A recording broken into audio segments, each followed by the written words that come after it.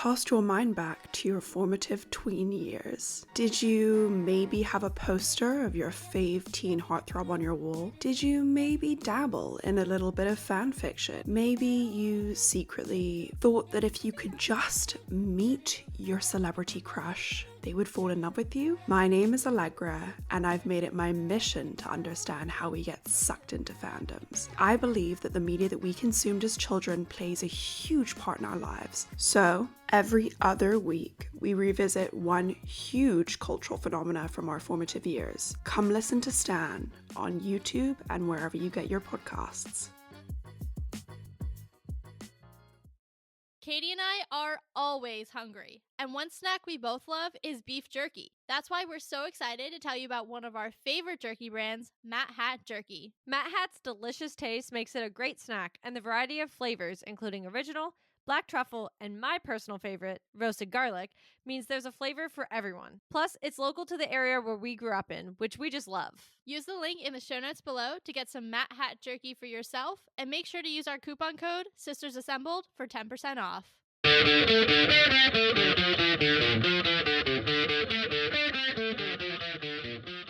Hello and welcome to Sisters Assembled, your home for all things MCU. And this is the final week that we are covering X-Men 97 Season 2 because we have reached the finale of the season. As always, we're going to give you one last verbal spoiler warning. We're going to be talking all things season finale, episode 9 for X-Men 97 Season 2.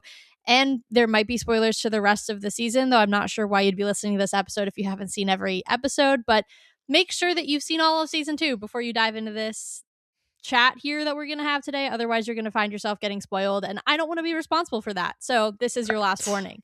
Make sure you come back if you have to go watch it. With all of that out of the way, Katie, kick us off. Guys, I wanted to like it. And you guys know I want to like it. It's my literal favorite show. I have the new season's shirt. I had it before it even came out. Like, how many X-Men 97 shirts do you have? 3, right? Season 1, season 2, and then Gambit. Like Gambit as a horseman? No, I have 4. I have 4 or 5. Because I think I have 3 X-Men Gambit. 97. Yeah. That's yeah. There you go. Those are your creds right there. You guys know I love this show. I couldn't wait for season 2. Although I hope I find my right people when I say this, because I found my right people on the internet the other day and I felt really good because I felt like I was going insane. After last episode, we obviously had our feelings about where we were at with this finale coming, where the season was at. And it did seem like a lot of people kind of echoed that sentiment, where it just kind of seemed like the season was a little all over the place. It didn't really seem like it had full direction. And I think, unfortunately, having seen the finale, I agree. I don't even know if I could call it a finale. I feel like the stakes were going and then they just like dropped. Like we didn't actually have a climax, in my opinion. And in the moment where I thought we did, it was over. Like it just ended. And I'm really sad because I thought they were pulling out all the stops, and I was gonna sit there and I was gonna be like, wow, because I really did anticipate this season not to end because of the whole Gambit Apocalypse fusion moment. I actually was like, holy crap, like this is gonna be big, and then it wasn't. I have so many things to say coming out of that. I don't even know where to begin. I think, okay, I'll start with like my overall reactions.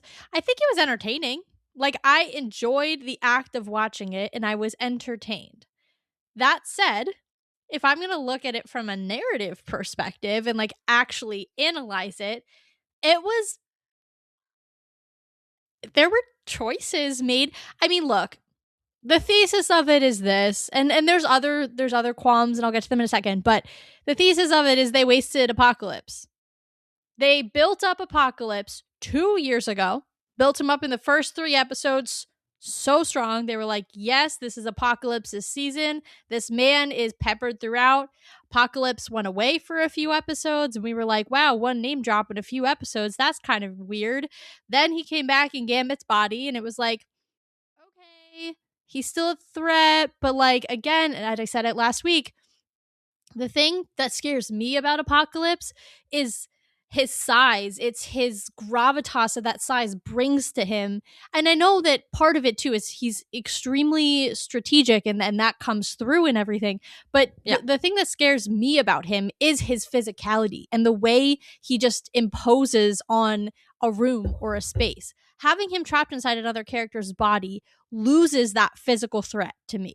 So you had him do that for most of the time that he was Apocalypse, with the exception of the beginning of the season.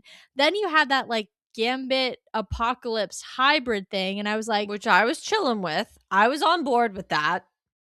I was like, this is odd, but okay. It was odd, but I was on board. Actually, that warranted a mouth drop for me. Because I like gasped when Cable shot him, and then when he comes out in that form, I was like, oh. Yeah. That's why I was like, oh, they're doing it, man. They're doing it. Like, it was that, and when he has all the X-Men formed into like his... that was crazy. And I'm sorry, guys. I'm so sorry, but I just can't do... Love's the answer. I can't do it. I couldn't do it. It's not even like, I guess I didn't even really think about it that way, but that is that very was true. Literally what defeated Apocalypse and turned all the X-Men back.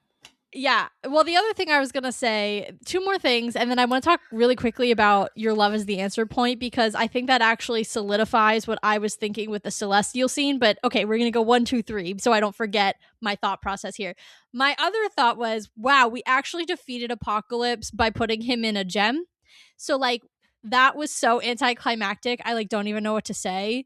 This is Apocalypse, and now he's living inside a gem that Cable's just putting in his pocket. This is crazy. 2, why did we not spend more time on the fact that Kurt sacrificed himself and is dead? Hello? After we just spent all these episodes falling even more deeply in love with Kurt, then you're gonna murder him, and that's the end? Kurt storyline was the best part. Yes. Now, obviously, I don't wish him to be dead. I love Kurt. But that was the best part of the whole episode. Yeah. Mm-hmm. And then my third thing, returning to your whole love is the answer thing, the fact that, okay, Celestials. What do we know about Celestials? They literally do not give a crap about anybody else. They have their one sole mission. We learned this in the Eternals film, right? They do not care about the Eternals. To them, the Eternals have a purpose, and the purpose is to, cultivate a planet in order to get it to the place where it can birth a Celestial, right? Yeah. That's the whole point of the film. They don't care about the people on the planet. So tell me then, why was a Celestial moved by Rogue's willingness to sacrifice herself for the person she loved, and her whole speech about love and how it's like makes life worth it and all this stuff? I think that's a beautiful sentiment. I do. Yeah. Do I think that a million-year-old Celestial that's seen everything, all of humanity and their history, is going to be moved by that? No, I don't. It was too convenient. Yeah. Yes. It is not even about it being convenient. I do not like when a show has to tell me its theme. If you have to tell me the point of your show, of what you have and why the characters are acting the way that they're acting, you, to me, can't tell the story. Because I'm supposed to get that from the whole thing. And they doubled down then with Professor X, who literally was like, and in case you didn't get it earlier in the episode, the people we love are everything. It's like, you could have, show don't tell. Isn't that the most important, one of the most important lessons you learn when you're a writer? If you cannot tell, if you are not telling me in the story, like literally showing it throughout the story, for me to walk away with that lesson, then what is the point of me watching this episode? Why am I being shoved that love is the answer? Okay. I should have been shown that. I should have been able to get that lesson. Kurt's sacrifice was more of an example of it than telling me love is the answer 3 other times in the episode to solve the problem. I cannot believe you're telling me you defeated Apocalypse with love. I can't. That's what I mean. You wasted Apocalypse. I'm so sorry, but he is one of the biggest threats that they have. and they wasted him. You And I wasted just- Apocalypse, and you also, in the span of about 30 seconds, created a Gambit Apocalypse hybrid that turned all of the X-Men into his own personal horsemen. And within the exact same 30 seconds, had Professor X say, you don't understand the power lesson. of love. And then Rogue flies in, is like, hiya, I can touch you now. And that's that. He's in a gem. Yeah. Doesn't even die. No, listen, guys, I want nothing more than Gambit and Rogue to be together. But then Rogue doesn't even die. The stakes that were there are not even there because Kurt went and sacrificed himself. Which, again, the best part of the episode. But there were no stakes anywhere else in this episode. Just ended. It also, the way that you phrased that also just gave me like a way to verbalize something that I think I've been feeling but haven't been able to like explain. The fact that in doing, and again, I think the Kurt storyline, when you look at it in the guise of episodes 7, 8, and 9, is actually a really powerful arc, and it makes a lot of sense, right? You see him and Rogue getting a lot closer. He's always talking about doing the right thing, and the value and the humanity of every single person, I think, has been his really big kind of theme as a character this season, very much. Yeah. And then obviously getting possessed last episode, we got to see kind of the more physical side of him as well. The more physical is the best way to put it, I guess. But it sucks because you can tell that they're prioritizing the Rogue Gambit relationship, and they're saying this is more important than Nightcrawler as a character, and we're okay with actually doing away with him in order to, keep this couple together. And if you've been watching this season or even last season, our reactions to either of the seasons, like, that we're very much fans of the Rogue and Gambit relationship, but it just sucks that it came at the expense of Kurt as a character, because you spent 2.5 episodes really making us understand him on a deeper level, or giving us the opportunity to do so, and then you kind of took him away. And it just kind of creates to me this like sense that his value as a character is less than Rogue because she's in this relationship, but like right. He also has relationships and they're siblings, and like that just, I don't know, I just felt kind of weird about that, because I was like, I have grown to really like him this season, like a lot more than before. Same. But I also, I think I struggled on the flip side of that, because obviously I want Gambit and Rogue to be together. I think last episode I was going off about hopefully one day seeing their wedding in the show. But like, it took away the stakes that she created for herself as well. And for their relationship, because she didn't die. Her brother went and took that away from her. And so I think it like screwed them both, in my opinion. Like, I think both characters kind of lost a part of the story that would have shown a different part of them, because she willingly made that sacrifice for Gambit to live. She wanted him to be able to have life again. And so she was willing to give up her own.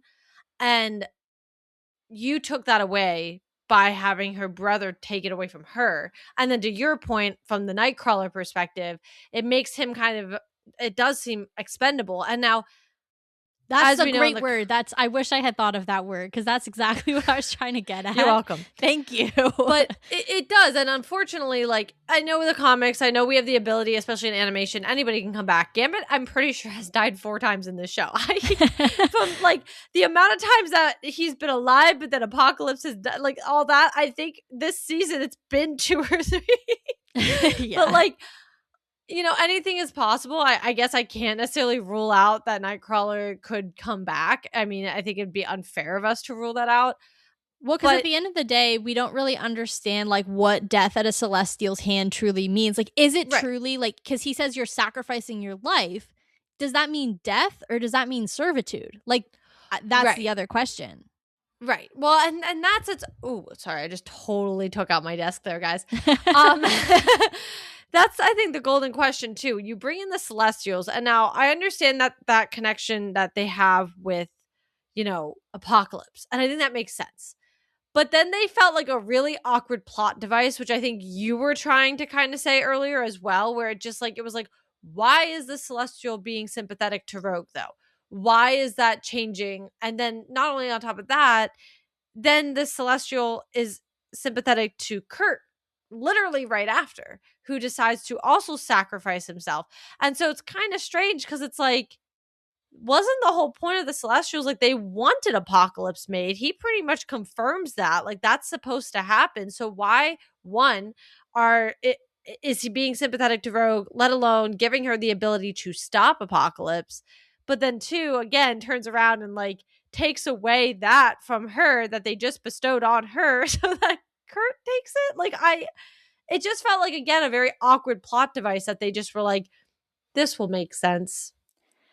Well, it also, yes, like times 100, but then also it doubles down on my point about wasting Apocalypse, because at the end of the day, the only time that they were able to truly defeat Apocalypse is by going to the universe's most powerful being. So the only way that they could do that is with a Celestial's help. That means that you took a being that is second only, I mean, as far as we've seen in the show, second only really to a Celestial, and you use that as an out in order to defeat him. And I mean, it's been a minute since I've seen the original series, because I know we watched it leading up to season 1. Not gonna lie, I only watched season 1 leading up into this, so I didn't really watch the original series again because life is hard and time is minimal. But I don't really feel like they've ever, I should say, I don't remember them defeating Apocalypse to this level in the original series. Like, I feel like he always just like runs away. Plan is thwarted, almost. And then he like goes away. But he, like regroups. He's like same kind of thing with what they did with Mr. Sinister last season. Like he's defeated to a level we've never seen before in the show, OG or 97. Well, so this again, is where like, I got stuck too. I agree, because the thing is, and it's hard not to compare the two seasons, but now that we finished them, we really can. The stakes with the Prime Sentinels was terrifying. I have some thoughts on some Sentinels too for this season, and we're going to talk about the Sentinels. Yeah, we are. Yeah, but the stakes with that entire storyline was terrifying, especially when we opened the whole debate about like not all of these people were becoming Prime Sentinels by choice. Like, the sheer number of them, like that they literally were essentially giving them some sort of like, didn't we say it was like it was the nano something with the nano disease, like it was essentially it the something like virus. Yeah, it was something like that, so that they could create the Prime Sentinels, because we were like, this is like far too many people that like weren't necessarily like. But besides the point, the stakes of the Prime Sentinels were terrifying, and the battle against the Prime Sentinels was terrifying, and there was that constant debate of there's humans still in there somewhere, they're still alive, and so that is what made that so amazing. When you, and I really am stuck on this, when you have built up Apocalypse, kinda, and then you finally have the finale, and you have this fusion of him with Gambit, which again, to me, I was like, this is cool. This is a direction I didn't think they'd take. This wasn't something I was going to guess, and I liked that. But it lasted 30 seconds, and he made all the X-Men Horsemen, but it lasted 30 seconds. And was defeated by the power of love. Yeah. That. I really was like, are you freaking kidding me? And even when Apocalypse is like, I've waited like millennia for this moment to teach you this lesson, whatever, which to me confirmed that was En Sabanor. The world may never know, because we never got a confirmation. I think that, to me, I read that as, I think that's the past version of him. But anyway, regardless, because that wasn't clear, but I did make that assumption. It didn't matter, because nothing happened. Literally nothing happened. The power of love just did it. I was like, are you freaking kidding me? Also, no offense, but they didn't even have Rogue have a cool entrance. She like trickled down in sparkles. I was like, is she a fairy? Like, I was like, give her like this cool moment to enter. Nobody had any thoughts to say. It was odd. It just like missed the point so far. And again, like, I was totally content with this season not ending. I was content with this season going directly into season 3 and completely just, deciding, you're going to be stuck on this cliffhanger. And that's that. And I would have been totally fine with that. I was okay. I accepted waiting another year to get this storyline to actually play out. Nowhere in this season did it ever feel like the stakes were actually there. And by the time they gave it to us in this episode, they literally undid it in those 30 seconds. And that is extremely disappointing to me. And it goes back to what I said at the top of the episode and what I've seen a lot of people saying online. It did not feel like they had a direction for this season beyond we said apocalypse was coming. And then they didn't know how to fill in those blanks properly and instead gave us whatever the season was. Because I'm not saying all the episodes were bad, but if you're going to try and tell a cohesive story, you have to tell a cohesive story. And you actually have to look at what those parts look like. Look at how in 9 episodes you're going to tell that story. You didn't. You didn't at all. I mean, why were we even in 3 different timelines at the beginning of this season? I don't even know at this point. What was the point? Yeah, I'm not really sure what the function was. I think ultimately it's one of those things where if you look at each episode individually, and with the exception of maybe last episode, if you even go back to our reactions, we were like, yeah, vibing. But when you now have will say continue, sorry. Yeah, no, I knew what we were talking about. But then if now that we have the opportunity to look at all 9 episodes as a whole, you realize that this, when you're doing a season, right, the sum of the parts should be greater than the whole. Like, what is that? Right. The sum should be greater than the whole. And so, like, the idea is each one should be good, yes, but then the overarching season, there should be a reason for everything, right? There should be an overarching narrative, a larger storyline that you're trying to tell. That got really lost. Like, we talked about this going through the season, like for 3 or 4 episodes in the middle there, we like didn't even talk about Apocalypse. He was just completely gone. And it's really a pacing issue if you think about it, because what was happening, you know, especially when you think about the Apocalypse Gambit hybrid thing that was going on, like that really should have been an end of episode 8 cliffhanger to have episode 9, then, you know, they have to defeat him and they have to like go through that whole process. It shouldn't have been like that happened at the 20-minute mark of a 29-minute episode or however long it was. Like that, to me, I was just like, okay, you like clearly waited for the best part to be at the very end, and that's like just not narratively how you have to do it, because you have to have the come down, and they didn't leave themselves enough room. It would have been fine actually if they didn't give a come down and it was supposed to just continue into next season. That's the problem.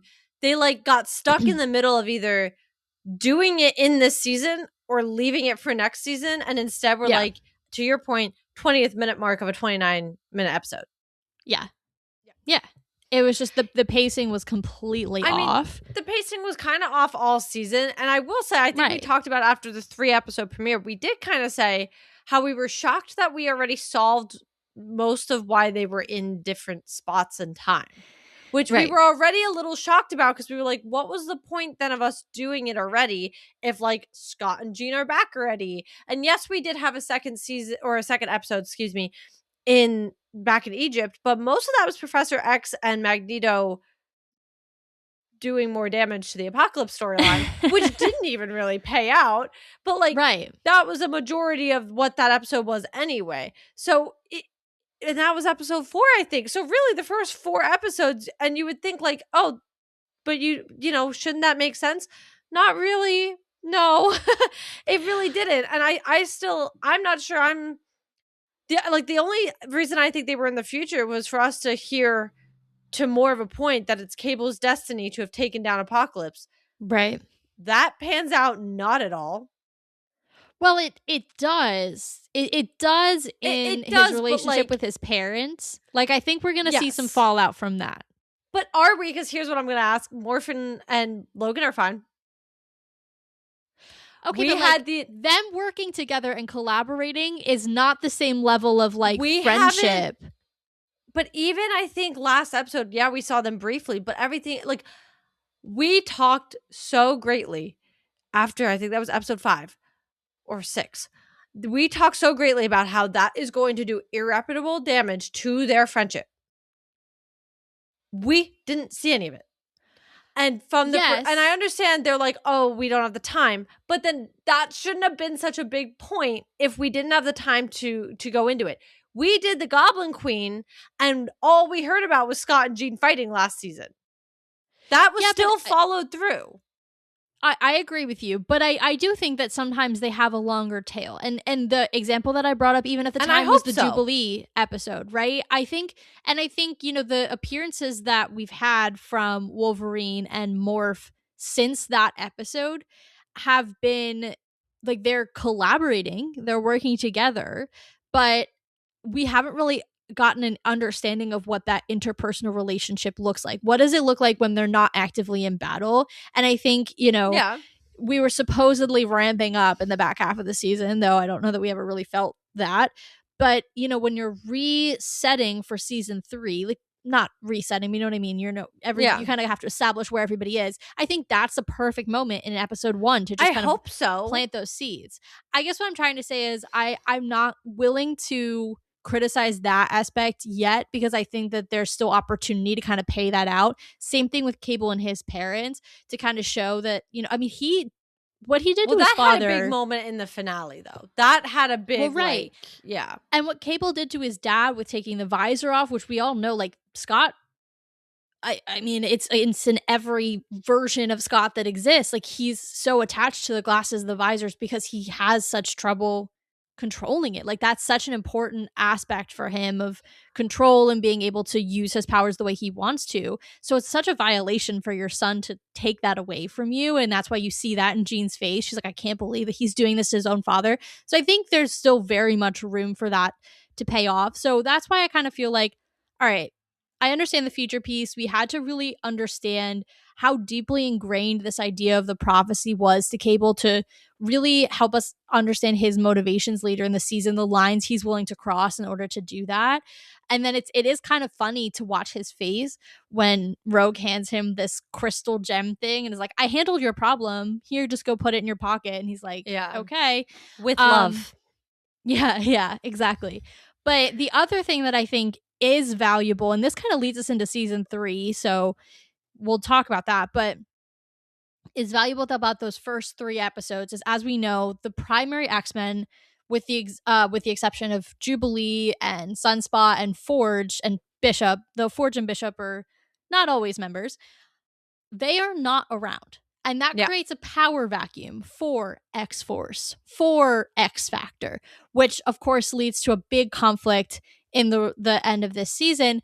But it also, I think, creates an opportunity for someone like Graydon Creed to get a lot more powerful, right? If you had a Professor X there to speak out in his reasonable and kind of you know, just the way that he speaks with hope and acceptance of everyone. It's not what's the word, like my group, your group, in group, out group. He wants everyone to get along, right? He wants acceptance all the way around.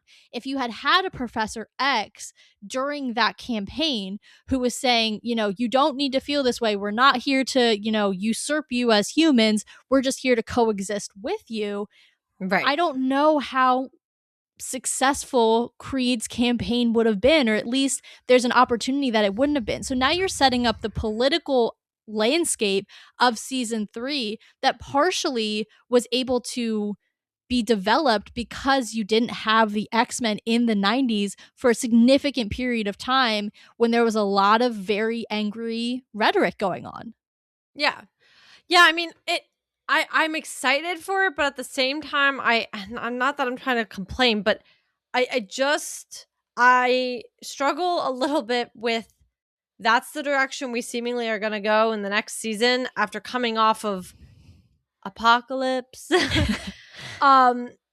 It's just kind of strange to me, because I feel like we're taking a big step back. Now, I'm not against it either, though, at the same time, because I think I kind of talked about this maybe last episode, the episode before, where I was like, we have kind of created this almost bubble around the mutants between X-Factor, X-Force, X-Men / X-Corp. Like, we've created this bubble around them that we haven't really been paying attention to that landscape. And you kind of then pointed out how that has now fostered in the meantime.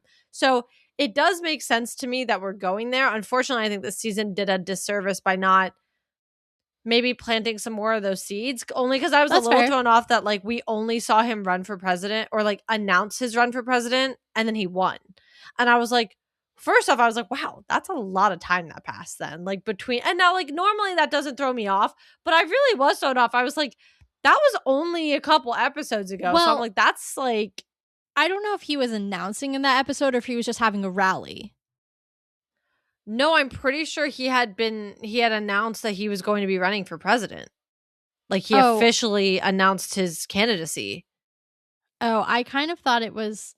I mean, the other thing to think about though is like that was the end credit scene. So it's like maybe everything that happened was actually closer to that, and then the end credit scene is further out. I mean, I think it just threw me off because I just was like, wow, like a lot of time in general has just seemingly That's passed fair. from where they're kind of putting these pieces together. I am excited though to maybe get us a little just back on the ground and not to kind of take a big step back, but like obviously season 3 will be the first time with a new writer at the helm. Now that's not to say that this season was not necessarily fully still put together by the previous writer or not. I did hear some, I don't know how true this is, but I did hear some people saying that the previous writer had kind of worked on a season 2 and then they had reworked it, and that's why it ended up being delayed for as long as it was, which I would not be shocked about considering how this season went. Yeah. Right, because if you and we've talked about this a lot, like season 1 was so meticulous. It was very methodical. Season 2 was, I'm going to throw this at the wall and see what sticks. Yes. And maybe but we also set up Apocalypse and we still need to kind of figure that out. Right. I am excited for the end credit. However, I am feeling major, and this is nobody's fault, but I'm feeling major Daredevil Born Again vibes coming. In what sense? In we're and you know what though, the mutants are inherently known, their storyline is inherently known for kind of, I guess, the topic at hand of, you know, dealing with more marginalized groups and their struggle trying to kind of fit into society and how society is treating them, everything of that nature. So this isn't, to me, a mutant storyline. However, knowing who we now have as the president and how that's going to look going after the mutants, I am kind of intrigued because it's giving Kingpin in New York City. Oh yeah, I mean, I didn't even really think about it that way, but yes, there's some real parallels. That when they announced a couple episodes that he was going to be in running for president, I said, "Oh, I see how we're doing this. I see how we're running this." I think I was just, to your point, like I was living in that bubble like that they had kind of created in season 2. Yeah. But yeah, no, that's a good point. I think it'll be interesting to see if, like Daredevil, they kind of are very on the nose with it. I mean, Creed's never really hidden kind of his philosophy, agendas. Yeah, like he's always been pretty open about that. It'll be interesting to see what that looks like from a policy perspective when he is in office and he has that power. I want to talk about the Sentinels. Well, right, because one, we're going to see them back now more than ever. But also, I felt a lot of anger this episode, but that was primarily just with how this was panning out. The actual anger of like a character was in that moment with Dr. Cooper allowing them to be using the Sentinels like that. Yeah, so first of all, I was watching it on my computer and our family was in the same room. Katie was not there. And I literally had to stop and say, this woman is so dramatic, because she called Gambit a weapon of mass destruction. And I was like, girl, he's a possessed man. Like, chill out. You need to like stop and like bring it down a level. But it wasn't for me just the use of the Sentinels, which is egregious, right? Like, I really struggle with the mutants who are on X Factor. Like, how are you know what those bots were made for, right? Right. How are you okay working with them? I would have some serious ethical questions, I would like to think. But then it's further compounded when you think about the actual land on which this is taking place on Genosha, and they just rolled up there with an army of sentinels when a sentinel was in fact we know who was behind the sentinel, but physically still. a sentinel was responsible for the genocide of the mutant people. It is so deeply disrespectful, and there are so many other words that I like can't even think about that are like negative and frustrated by her actions. It's insensitive is another good one. Like, how can you use those things on that land? Right. And then to put people in them so they can't take them out the same way was human malicious. Shields. Yeah. Diabolical. Yeah. It was malicious. And I think we talked about either last episode or the episode before, we were talking about Dr. Cooper, and we were kind of like, she's a very confusing character. It's hard to kind of get a read on her because she was working with Bastion. Then she kind of took, so, what's the word I'm looking for? Like almost pity, I guess. She took pity on Magneto, but then, Magneto kind of proved her wrong, but only because he was also being proved wrong by humanity once again. So really, he did nothing wrong. I think that's what we decide by the end of season 1 anyway. We're like, Magneto actually wasn't wrong. But like, so then she's against him again. Then she's against the mutants. Then she's against Professor X. But then she has her Mutant X Factor team that she's running from the government. And it's just like across the board, she's a walking hypocrite, no matter where you kind of look.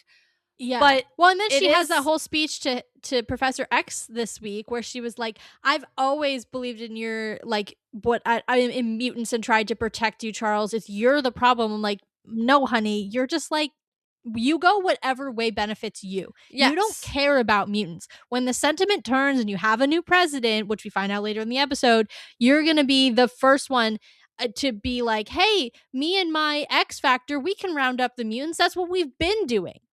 Yeah. Well, and the funny thing is, like, now we don't have to worry about her, right? Like, she's dead. But it is kind of interesting where she's landed kind of throughout the whole season and even season 1 so far.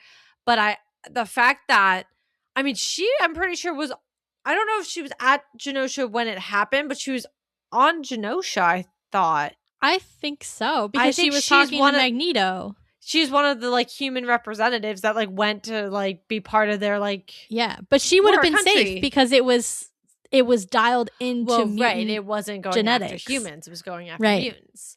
But that's why like she was part of that, not like, but yes, actually she was part of that, but she was also like literally like there. So for you to come after them using especially Sentinels. Now, I don't remember, and maybe it's just because the season felt really long, but like unfortunately in a not good way, and we had a 3-episode premiere. Like not in a way that I'm like, I'm so glad I had like 7 weeks of this. Like whatever. Yeah. Anyway, I don't know if we've seen Sentinels otherwise in this season. Other than I know we saw like I think we saw weird versions of them in like the future or something. We might have seen them then, but something. I don't think we've seen them. Well, what was after the kids? Remember when we reestablished ourselves in the 90s? I don't remember. Kids, I don't know that was Sentinels, though. Wasn't it X Factor? Because X Factor was rounding up all the kids. Either way, regardless of whether or not we saw them at all, they were not prominent. Well, that's what I was going to say. Like, either way, my point is like, the Sentinels have not played that big of a role, which kind of in its own way makes sense. We had all of season 1 being based off of Prime Sentinels. So like, okay, we kind of hit the climax of the Sentinel storyline. But at the same time, for their first appearance, that's like really prominent to be back on Genosha like that, attacking mutants again. I was like, wow. And X Factor just stands there and lets that happen was crazy to me. Yeah. I just like, the more I kept thinking about those Sentinels in that place, the more I was just like, I'm like so angry. Like it's just so deeply disrespectful. It's insensitive. Thousands of mutants died. Like and you think that's okay? Like you just have to have such a lack of empathy to think that that's, first of all, to place any attack on mutants on that land is like one thing, but to do it with I don't want to say exact technology, but very similar technology to what caused that particular event is, yeah, it's diabolical. It's inhumane, honestly. Well, also politically speaking, isn't that technically an act of war? That's what, doesn't Havoc say that? I don't think remember. he points that out because he actually, you can tell, is having some qualms. Like because that's kind of the whole point of Professor X establishing them. He can't have them on U.S. soil, so he established them on Genosha, which was still deemed a continent, or I'm sorry, a country. And so by having especially a U.S. based like team, U.S. government backed, nonetheless. Yes, essentially, like it's literally the Sokovia Accords. Like that is actually what just happened. So I'm like, isn't that technically an act of war as well? I think Havoc points that out to Cooper. I think he says to her, like, this is an act of war. And she says something like, well, yeah, we're at war. Like, this is apocalypse or whatever. I don't know. She gives some bogus excuse. Like, they all could have worked together in a different capacity. And even down to the fact that Scott even says it to his own son where he's like, something about the, like, you have the shoot first, think later mentality, and that's how we got here. Like, yeah, it's so interesting to me that I'm like, you guys all had the same angle. Nobody wants apocalypse, but they are just trying to get him out of Gambit's body to keep Gambit alive and utilize the fact that he also brought him to life. And instead, because they were all worried about taking out Gambit, thinking he was weakened in that capacity, they created what ended up being nothing of a threat at all, actually. So it really didn't matter. But it could have been. It could have been a cool threat. It could have been a very interesting story that was continued into season 3. And instead, the power of love really defeated him. And, you know, that's that. Well, it ultimately between the teams, it came down to just personal vendettas. And, like, that's really why, to your point, like, when everybody had the same goal, they weren't working together. The X-Men would have happily /X-Corp would have happily worked with anyone who was, you know, willing to help them figure out how to get Apocalypse out of Gambit's body and then get Apocalypse the heck out of there. They would have absolutely collaborated, I would think, with X-Force on X-Force or X-Factor, especially X-Factor, though, on a more limited basis because there's some serious differences of opinion there. But, you know, I think they could have seen, like, to your point, we're all working towards the same thing. Yeah. Dr. Cooper, no. She has her thing against Charles, and she was going to be against him no matter what. Doesn't matter that they have the same goals. Ultimately, this gave her an excuse to go on a full force attack against him, to your point, in a way that probably wouldn't have been appropriate because she doesn't really have jurisdiction over Genosha. No. But I do want to talk about the fact that she's dead. Yeah. At the hands of Mystique, who is one of those mutants that is really hard because you can never quite read her. She's like Emma Frost. They're not inherently good. They're not going to show up on your X-Men roster at any given time. Well, and Emma Frost actually does. So, that's true. That is true. Actually, Mystique is more like Val Cooper. She goes whichever way the wind blows and whatever way is more beneficial to her. So personality-wise, must not have been a very hard way to duplicate that woman. This is true. But it is kind of interesting because what's her goal? Where does she go after this? Now, like, or like, and I mean literally, like, what is season 3? Like, we know where Creed is at. We know we now have him as president. There's a reason Mystique was part of that reveal. There's a reason Mystique was the one to kill Dr. Cooper. So what's her goal? What's her reasoning, and what do we expect to see from her in season 3? It's super interesting because that's her kid, right? So she's got her son as president, but her son hates her guts. She's not too keen on him either. Her other kid just died. Not sure if she cares because, you know, she left him. So her adopted daughter's chilling. Yeah, not really a fan of hers, to be honest. No. So it's interesting because I don't know that, like, maternal factors or feelings even play much of a role in Mystique's motivation because she's never really cared all that much about being a mom unless it No. came to Rogue, in which case she was just manipulating her. So I wonder if her goal is to take out Creed.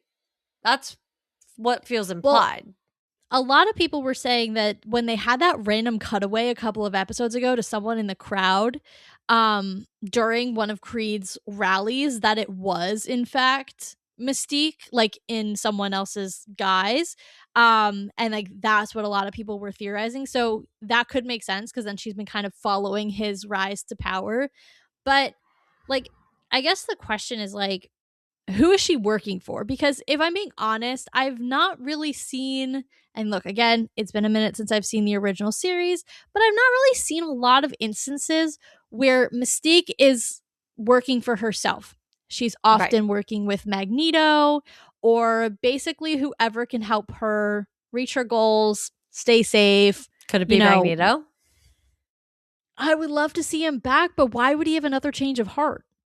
Well, why would he? Creed's against everything. Creed is the exact opposite of what he. Right. No, I meant change of heart as like he would then be like that's not Charles's way.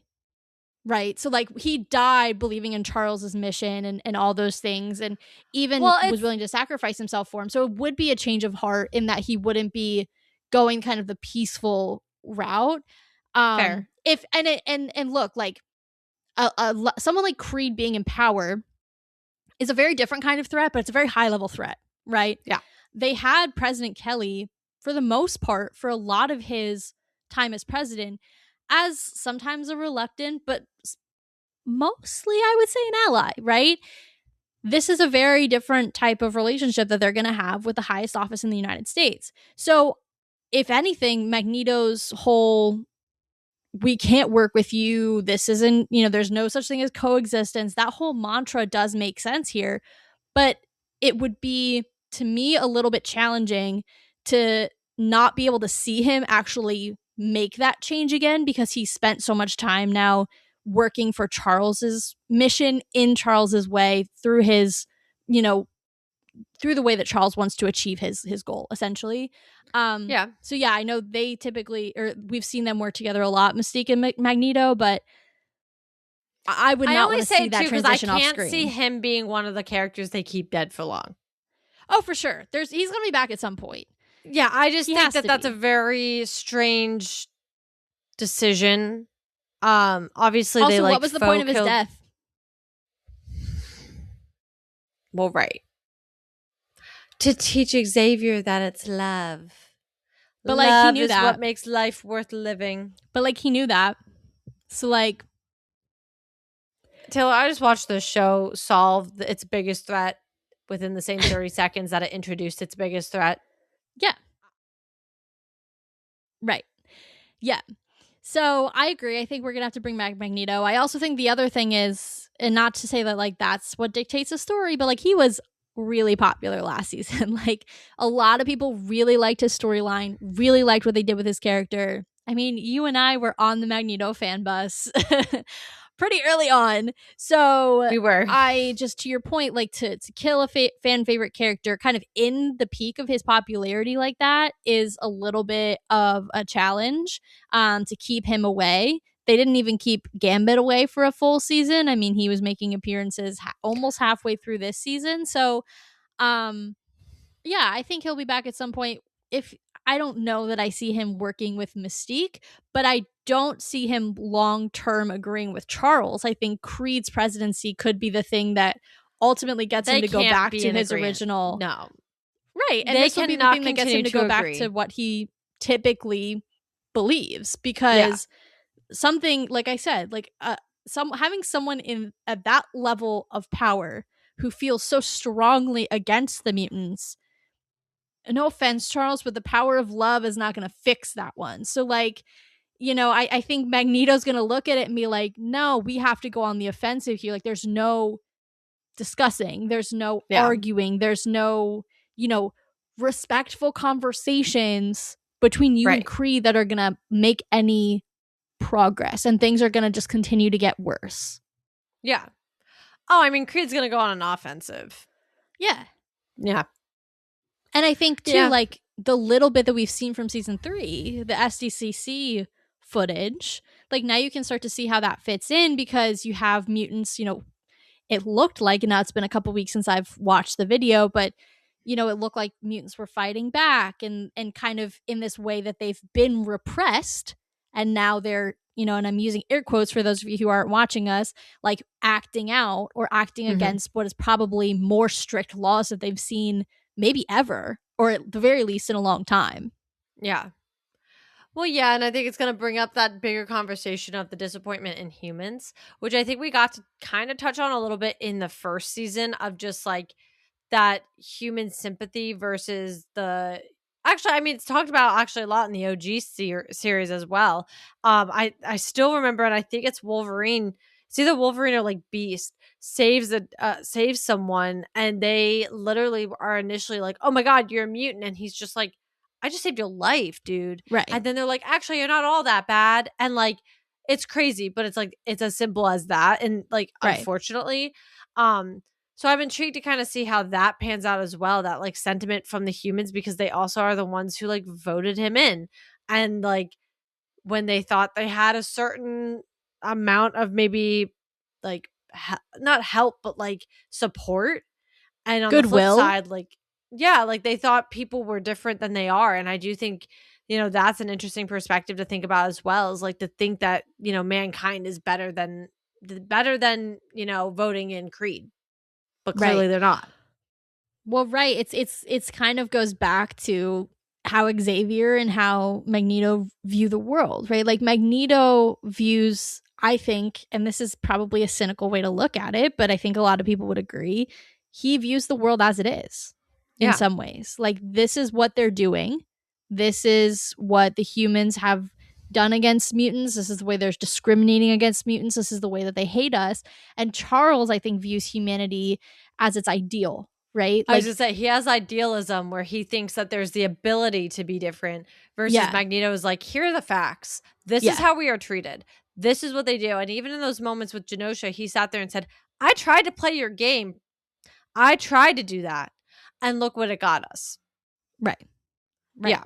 So I think that conversation, which to me, I love when the show tackles that, because I think obviously like the mutants could represent so many different marginalized groups. I think it's conversations that we're having, on the daily, just in our regular lives with everything that's going on. We're based in America. So, everyone in the world knows kind of what's going on in this country right now. And I think those are, like with Daredevil, those are the really interesting, I shouldn't say fun because it's not necessarily fun, but they're interesting and intriguing conversations to have, to see how different mediums, represent what's happening. And, to some level has always been happening, because those mutants can represent so many different marginalized groups and how they're treated by people in power or just people who are not part of that particular group. So I'm excited and hopeful that that's kind of the thematics that we're going to get to next season versus this like the power of love thing, which like is nice, but like shouldn't be defeating Apocalypse. And I think that's the thesis of this episode. I agree. I agree. Yeah. Well, I think that's everything for episode 9 of season 2 and season 2 as a whole. We're getting season 3 next year, so hopefully we'll be maybe back on track. Yeah, like liking it a little bit more as a whole. Ideally, we'll see. I hope so. That's make what sure I you're following. I know. Make sure that you're following on your podcast platform of choice so that you can follow us and stay up with us as we cover all things Marvel between now and, of course, season 3 of X-Men 97, because we got maybe a big movie at the end of the year. Nothing too huge. Also, our website and our Buy Me a Coffee are both linked in the show notes below, so you can check those out as well. You guys can also give us a follow on all of our socials, which are linked in the show notes down below as well. And I think we talked about it briefly, but we are at D23 already, so that'll be happening this weekend. Well, we're not there. I'm sorry. It's coming. Like the fandom you have to specify is following now, because sometimes we do go to things. Sorry. The fandom is following that D23 is coming up. We are at D23 time. That'll be coming up, so we are hoping to get some X-Men announcements. That, of course, will be covered in our episode next week. So make sure you guys are keeping an eye out for that episode, because we're going to do all things D23. And as always, Marvel just blew your mind, so let's talk about it.